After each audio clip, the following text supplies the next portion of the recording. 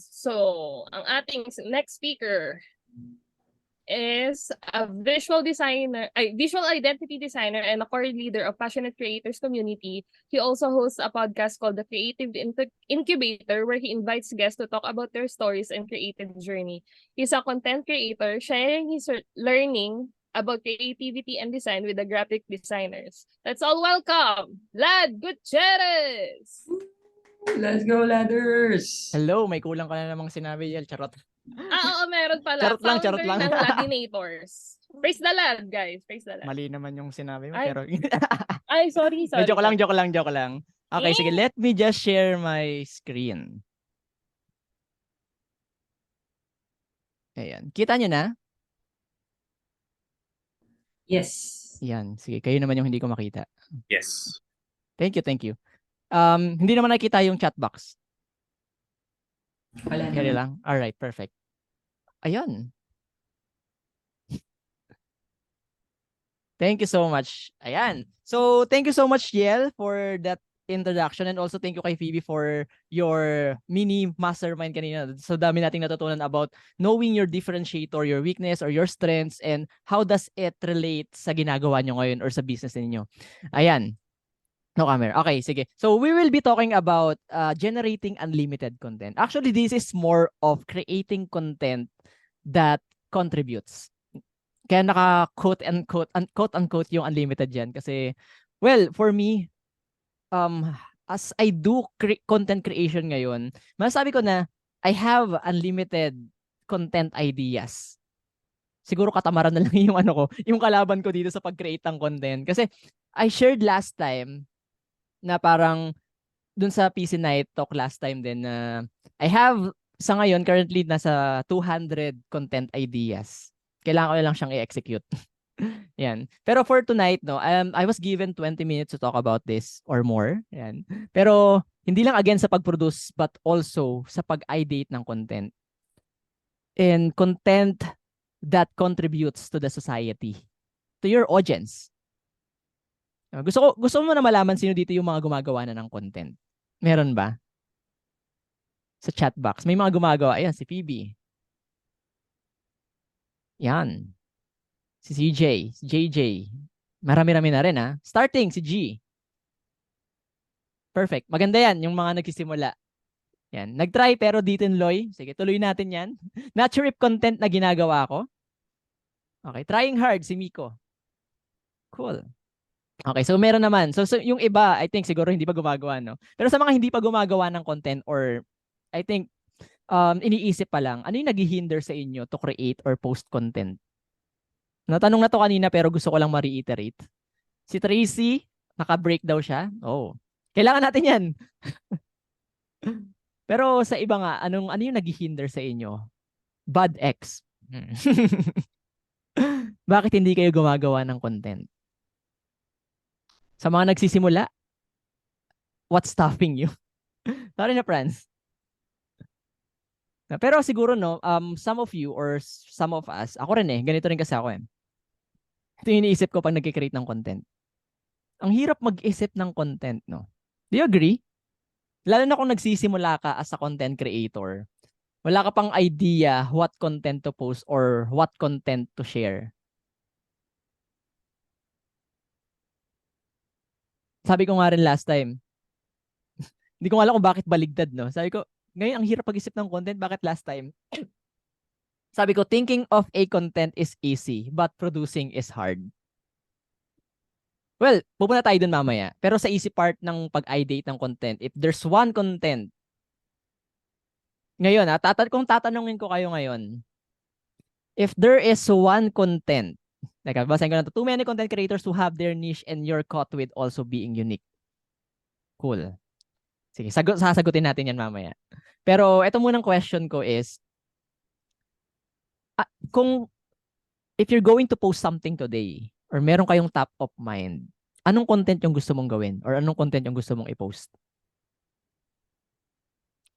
Just give a couple of seconds here. Okay lang kahit may sagot or wala. Si Rick is about leadership. Tonette is about day in the life.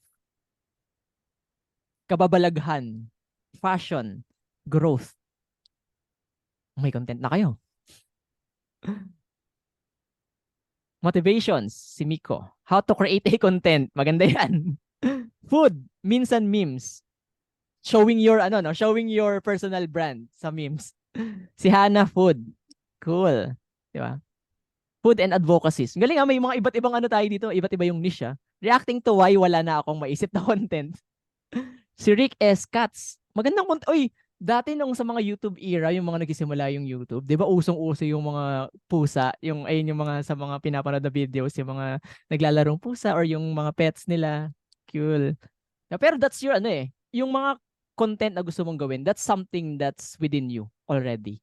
Ikaw na yan It's your personal brand. Whether you like it or not, you already have your personal brand. You already have some content that you can create or you can ideate. Diba? You just have to find it within yourself. Which is yun nga, yung knowing your differentiator. Kasi it's a combination of all the things that you like doing It's a combination ng lahat ng mga bagay na passionate ka. That is what makes you unique and stand out. Kasi ako, for example, I'm a graphic designer. Ang dami ng graphic designer dyan. Pero how can I make myself unique or stand out from those graphic designers? By showing my personal brand. By showing who am I. Kung sino ba ako. Minsan nag-joke ako ng mga corny jokes. So kung gusto niyo ng mga jokes, follow niyo ako sa TikTok. Charot. So nag-share din ako ng mga things na gusto kong gawin for the first time, yung mga ganun. And that's just me. Unique sa akin yun. Yung mga experiences ko, yung mga stories ko, those things are unique sa akin. Minsan sumasayaw ako. Pero gusto ko lang mag-share ng konting story, no? Just a quick story lang. 2016, I started creating content. Actually, kami ng mga kaibigan ko. Yan. Diyan ko na-discover na magaling ako mag-joke. Komedyante ako. Charot.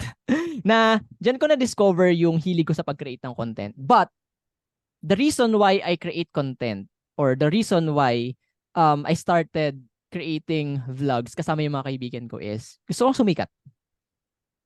Gusto kong maging famous sa mga jokes na binibitawan ko. Sige, mamaya sasagutin ko rin 'to. Maganda yung question mo, Rick, pero dadaanan natin 'yan. Pero yun nga, yun, nag-start dito yung pag-create ko ng content, pero the intention of why I create content is for myself. Kasi nga gusto ko maging sikat. Ganyan. And 2017, naging financial advisor ako. Dito, I started creating content about finance, about money management, everything, mga ganyan. Yan, kasama ko sila Franz, sila Louie, mga financial advisors kami dati, mga ganyan. This is where I started creating content for other people. Na ang saya pala, no, when you contribute something sa kanila. Especially sa akin, as a financial advisor noon, I create content about finance management, money management, about savings, ganyan-ganyan. And natutuwa ako na pag may mga natututunan yung mga tao, nakaka-contribute ako sa kanila, nakakapag-create ako ng impact sa kanila. And dun papunta yung yung naging mindset ko when I create content na until today, yun pa rin yung ginagawa ko. Iba lang na yung topic. But since then, I always have content to create and content to ideate.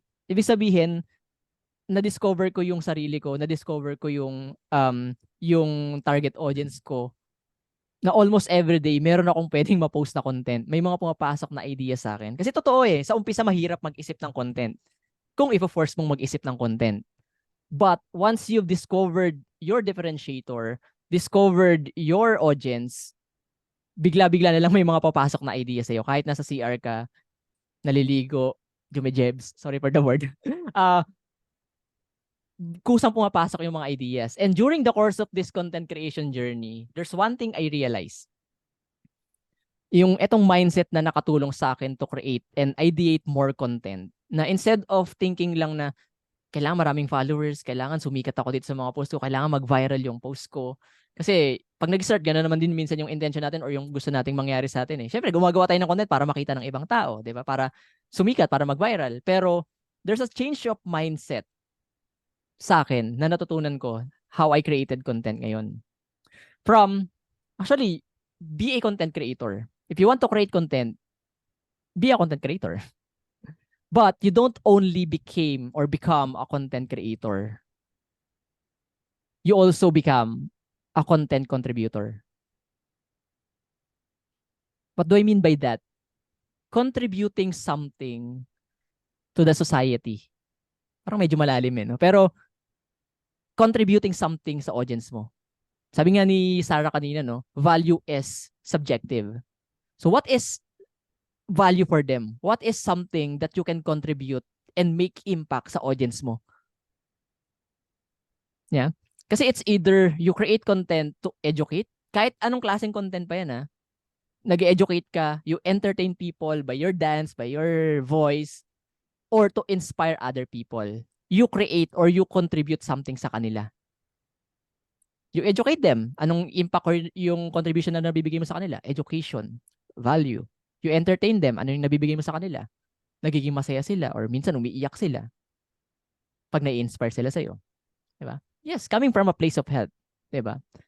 And there's 3 things na pinagdadaanan for you to become or para mahasa or magkaroon ng foundation yung tawag dito, yung pagiging content contributor mo. That's discover, connect, and listen. So let's start with discover. I think this is something na natakal din ni Phoebe kanina about knowing your differentiator.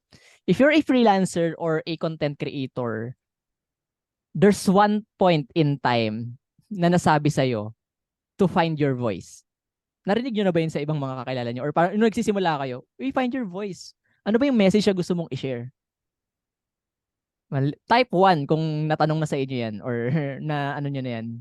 Nakarelate kayo doon na may nagsabi sa inyo, if you're going to create content or parang you will help other people na sa social media, as a VA, you have to find your voice para makita mo yung audience mo.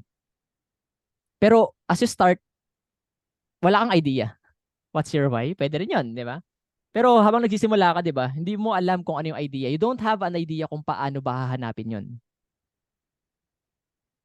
Sabi nga ni Phoebe kanina, you have to explore the different areas of your life first. Parang sa Maze Runner, di ba? Bago niya na-discover yung sarili niya. Well, for you to find it, kailangan mo siyang gamitin. You have to use it. And these questions, di ba? Kanina tinanong ko kayo, ano bang mga content yung gusto nyong gawin?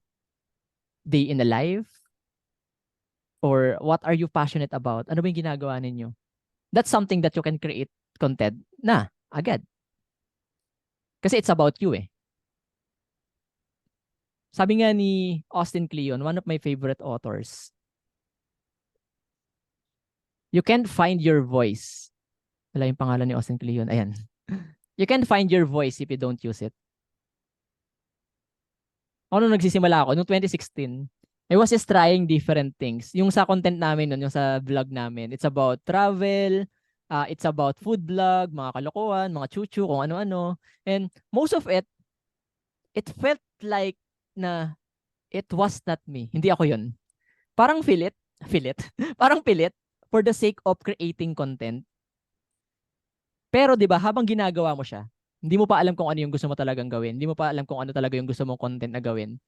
Paunti-unti mo rin madidiscover ano ba talaga yung gusto mong gawin. And that's what happened to me. Habang ginagawa ko siya, ay, hindi ko pala gusto yung travel vlog, hindi ko pala gusto yung food vlog. Kakain ako pero di naman ako tumataba. Mga ganyan. Pero habang nagtatry, naging financial advisor din ako, pero bumalik ako dun sa pinaka-root ko, which is yung pagiging graphic designer. I want to talk about design, I want to talk about creativity, I want to talk about systems, experiencing new things, love life, charot, hindi ko pinag-uusapan yan. Pero gusto kong i-share yung mga ganong bagay. And those things are what makes me unique. Yung mga experiences ko na yun, yung mga topic na gusto kong pag-usapan. And kung tanong mo rin kanina, no, okay lang ba kung 2 topics na pag-usapan mo or isang mag-focus ka lang sa isa? Pwede siya. As much as you want. Kahit gaano pa karami. Kasi that's you eh. Pinapakita mo yung sarili mo eh. Pero meron kang parang main point. Meron kang one message na gusto mong i-share. Pero ano pa ba yung tungkol sa'yo as a personal brand, as a content creator? You can share it. Ako, I share it about graphic design. Pero nag-share din ako sa mga things na natututunan ko, mga skills sa pinag-aaralan ko, mga places na pinupuntahan ko, I share about those. Kasi gusto ko siyang i-share. Diba? And with that, pag ginagawa mo yung mga gusto mong gawin, what you are passionate about, or yung mga hobbies mo, sinishare mo sa ibang tao, paunti-unti mo rin nadidiscover what your voice is. what your message is. Mas nakikilala mo yung sarili mo, mas nalalaman mo yung differentiator mo. And it's already within you eh. Kailangan mo na lang siyang ma-discover. Ayan. And that's what Phoebe talk about kanina sa topic natin. Then, second one is connect. Once you've discovered it, nalaman mo na kung ano yung voice mo, you use your voice until makita ka ng mga taong naghahanap sa'yo. You use your voice until marinig ka ng mga taong naghahanap sa'yo. And that's where you connect with your audience. You share something about yourself. Kasi mas nagiging intentional ka na sa content mo. Hindi na siya parang yung sabog, na parang, ay, ano kaya itong i-share ko? Ito na lang share ko ngayon. Ito kasi yung gusto ko eh. Pero ngayon mas intentional na. Kasi may kinakausap ka na. Diba? Sabi nga ni Louie kanina, diba? Kung gusto mong gumawa ng content, think of someone, sila yung kausapin mo. Anong impact or anong contribution yung mabibigay mo sa kanila? And share something. Don't hoard. Your stories, yung mga nagiging experiences mo, something that you are passionate about, when you do that, you'll start meeting some people who you can connect with. Yung mga taong to, sila yung makaka-resonate sa'yo sa mga sinishare mo or sa mga napagdadaanan din nila yung mga nagiging experiences mo. And when you're creating content, you want to be followed by quality, not quantity. So yung mga followers, nandyan lang yan, dadami rin yan. Pero you want to connect with people who can be human. People want to connect with people. Yun yung di napapalitan ng AI. Human connection. And pag napakita mo yung side mo na yun, as a content creator or as a personal brand, people tend to connect with you more. And I think this is, for me, the most fulfilling part of being a content creator. Yung people are connecting with me. Ewan ko kung sa akin lang to, pero alam mo yung pag gumagawa ko ng content and they resonate, nakaka-resonate sila doon, nakaka-connect sila sa story, nagko-comment sila, nag-message sila sa'yo, ibig sabihin, ang tawag doon, you are connecting with them. And nakikita mo sila, nakikita ka rin nila. And sabi ulit ni Austin Kleon, favorite author talaga natin yung si Austin Kleon. In order to be found, you have to be findable. Hindi sila makaka-connect sa'yo kung hindi ka magpapakita. You have to show up. You want to attract clients? Di ba karamihan sa mga sagot nyo kanina, mga freelancers, mga VA, graphic designers. You want to connect with clients, you want to attract clients and mag-connect sa business mo. You have to show up. You have to be findable. Diba? Kung gusto mong, again, kung gusto mong makita ka nila, kailangan mo magpakita. Kasi again, kung hindi ka magpapakita, hindi ka nila makikita. Kung hindi mo gagamitin yung voice mo, hindi ka mahanap ng taong naghahanap sa'yo. There are people na hinahanap yung content mo. Hinahantay ka lang nila. Hinahantay ka lang nila mag-show up. So discover, connect, and lastly, you have to listen. Once you connect kasi sa kanila, malalaman mo na rin yung mga pain points nila eh. Kasi naging open na kayo sa isa't isa eh. Nagkakaroon ng engagement eh. Nagkakaroon na ng conversation eh. And yun yung gusto natin, conversation with our audience. Nakakausap natin sila, ano yung mga challenges nila, ano yung mga pain points nila. Ikaw naman yung makikinig. And you'll see this maybe, mag-send sila ng message or sa mga comments sila sa content mo. And when they do, make sure to engage with them and answer their questions. So babalikan ko yung title natin. Ito yung isa sa way for you to create unlimited content. Social listening. You listen to your audience. Ano yung mga tinatanong nila? Ano yung mga pain points nila na pwede mong sagutin? And doon na rin papasok yung mga ideas for content. Kasi nakikilala mo na yung sarili mo eh. Nakikilala mo na yung target audience mo. Nakikinig ka sa kanila. Alam mo na yung pain points nila. You can create content with that. And pag nararamdaman kasi nila that you are listening, they tend to tell more. Kasi may connection na rin. And yun yung gusto natin, engagement. And with that, ayun yun yung masasabi ko na you're a content contributor. Those phases will lead you to becoming a content contributor. And again, anong kinalaman nito sa pag-generate at pag-isip ng content? Paano dadali yung pag-iisip ng content? When you know yourself, you know your voice, you know your message, kilala mo rin kung sino yung mga kinakausap mo, madami ka nang maiisip na ideas for content. Kahit hindi mo na i-force isipin kung saan nang papasok yung mga ideas. And also, again, when you listen to them, ikaw yung tatanungin nila. Their questions can be your content. In a good way, di ba? Kasi syempre, sinasagot mo yung tanong nila eh. Sinasagot mo yung mga pain points nila eh. Di ba? So with that, ang bilis makapag-isip ng content.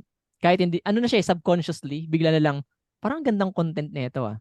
Parang ang gandang itackle nito sa content ko. Ang gandang itackle nito sa personal brand ko.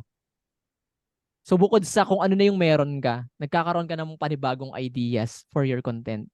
Sa akin yung currently sa TikTok ko, dun kasi ako gumagawa ng content. So ang content ko is about graphic design, about basic terms ng mga graphic design. So there are questions, maraming questions doon na gusto rin nilang malaman kung ano yung ibig sabihin.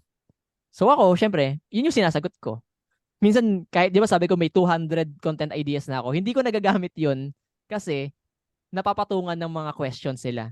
Kumbaga parang nagkakaroon ako ng additional questions. And from that, nagbubunga ng panibagong content or ng panibagong ideas yung content. Kaya I can say that this is really something that we have to practice, or yung mindset natin as a content contributor, for us to hindi na maubusan ng content. Pero, may 3 ways din naman to improve that as well. Una is this one. Input is equals to output. Naniniwala ba kayo dyan? Intentionally consuming things or learning things. Intentionally meaning hindi random yung inputs ah. Alam mo na kung ano yung kailangan mo. And for you to generate ideas, you need input para magkaroon ka ng output. Yeah, consume content to create content. Thank you for that, Franz. Para kasi tayong may mga creative bank account sa isip natin, sa utak natin, para sa ideas natin. So, creative bank account. Nakuha ko to kay Kesh. So, he is a content creator din sa YouTube. So, sabi niya doon that pag nagwi-withdraw tayo ng ideas, pag kumukuha tayo ng ideas sa mind natin, syempre, nababawasan yung bank account natin. Nababawasan yung ideas natin. Pero, kayang madagdagan siya. Kayang mapunan. Kayang ma-replace. Para madagdagan yun, you have to deposit ideas. You have to deposit creativity. Deposit through watching videos, watching movies, reading books, or yung mga ganitong event, yung mga ganitong workshop. Hindi ko alam kung nandito pa si CJ. May mga ano kami, parang ano yun, parang tawag dito, may madalas kami talagang puntahan ng mga event to get ideas, to create content. Na intentional, syempre. Kung nagre-resonate din sa akin, ganyan. So maybe pag dito, after ng talks natin, di ba, you can create content about your takeaways. You can post it sa Passionate Creators Group, sa community natin, or sa mga timeline ninyo. Di ba? Again, hindi ka magkakaroon ng withdrawal kung wala kang deposit. Hindi ka magkakaroon ng output kung wala kang input. May pang tonight's post na. Second one is collaborate. Oh, I love collaborating. Kahit natatakot ako mag-approach ng mga tao. Pero I'm trying. Individually kasi we are different person. And our lives, our stories, our experiences are made up of unique and different experiences. Those unique experiences can create unique ideas. Ang point ko dito is that different person have different perspectives sa isang bagay. Meron tayong magkaibang interpretation sa isang bagay. May kanya-kanya tayong beliefs and values. And that's why I personally love listening to people. Mas listener po ako kaysa sa magsalita. Pero especially if I'm interested sa topic, doon ako nakaka-generate ng mga new ideas for content na gagawin ko. Masaya rin kasi makapag-usap, no? Kaya isa rin yung sa reasons kung bakit ginawa ko yung podcast ko. Hopefully, ma-launch ko na yung season 3 this year. Yung Creative Incubator. Creative Incubator is a podcast where I invite different creatives in different industry. So kasi baka mamaya sinabi natin creatives, mga designer or artist. No. Creatives in different. May mga singer, may mga dancers, may mga social media manager, may mga marketers na akong ini-invite para dun sa Creative Incubator sa podcast. Kasi nakakausap ko sila sa isang topic and nakukuha ko yung idea sila about it. So win-win situation. Kasi we learn from each other eh. So kung baga meron akong idea, tapos meron din siyang idea dun sa isang topic na yon, nagkakaroon ako ng panibagong perspective. 'Di ba? And yung information na nakukuha ko sa kanila, tapos yung current information na meron ako, can be reassembled in many ways. Minsan hindi galing sa sarili natin yung mga best ideas eh. It might came from the collaborations that we've made sa mga taong nakakausap natin. So, hindi lang ito gagawa kayo ng content then collaborate. It can be simply by talking to other people. Yan. And lastly, basta ko sa inyo, quick lang to eh. Babalikan natin yung listen. Most of my content came from the questions sa comment section. Kasi nga, minsan maglalabas ako ng isang content about a certain topic, then may mga gusto pa silang malaman, sinasagot ko na sa videos. Ayan. Kaya nagpapatong-patong yung mga ideas na yun. Kasi I listen to them, ano ba yung gusto nilang malaman. And pero syempre hindi mo lang siya basta gagawin ha. Is that something that you can resonate with or gusto mo ring ituro talaga? Kasi baka mamaya may question sila pero hindi mo naman din pala, hindi mo rin naman pala, hindi align sa values mo or hindi mo rin siya gustong gawan. Ganon. Yeah. Oh, go ahead, Miko, pero patapos na rin naman to. Last na rin siya. 'Di ba? Ang pinakamagiging kalaban mo na lang talaga dito, pag marami ka ng ideas na naiisip, is systems or katamaran. Pero I shared this kung gusto niyo makita yung parang ayun pala yung part 2, no? Ito pala yung una kong talk. Pero kung gusto niyo makita yung talk about sa systems, kung baga you can think of easy content and then produce easy content, check out yung video na yun dun sa Passionate Creators community sa guides section. Ayan. So those three, input, output, you collaborate, and you listen to your target audience. And if there's one content you'll create tonight, tinanong ko kayo kanina anong gusto nyong content na gawin, di ba? I ask you this question. If there's one content you'll create tonight, anong content yun? And if you're going to create that content, I challenge you. Gusto ko lang kayo i-challenge para makita lang natin na yung gagawin yung content, it's either video, it's either photo, or it's either a write-up, it's a copy. Kayong bahala kung anong klaseng content yung gagawin ninyo. Just want to challenge you kung sino lang yung gustong gumawa. You share your takeaway inside the Passionate Creators community. Hindi lang sa talk ko pati sa talk ni Phoebe. Or overall, ano ba yung pinaka takeaway ninyo? Let's discuss, pag-usapan natin kung ano yung mga takeaways ninyo or kahit hindi takeaways, again, ano yung isang topic na gusto nyong i-share. I-share it sa Passionate Creators community. If hindi pa kayo naka-join, I think si Yel, ipopost yung link dyan para maka-join kayo dun sa Passionate Creators community. So again, you create content. Kung gusto niyo na magsimula ng content, especially sa mga hindi pa nakakapagsimula, sa gusto pa lang mag-start, you start with this one. You post something. Safe space yung Passionate Creators community kung nahihiya pa kayo sa public. Ayan. And I just want to leave you with this. If you want to have unlimited ideas for your content, creating content that contributes to the society and to your audience instead of just becoming a content creator, be a content contributor. So yun lang. Thank you so much sa pakikinig. Sana may mga natutunan kayo.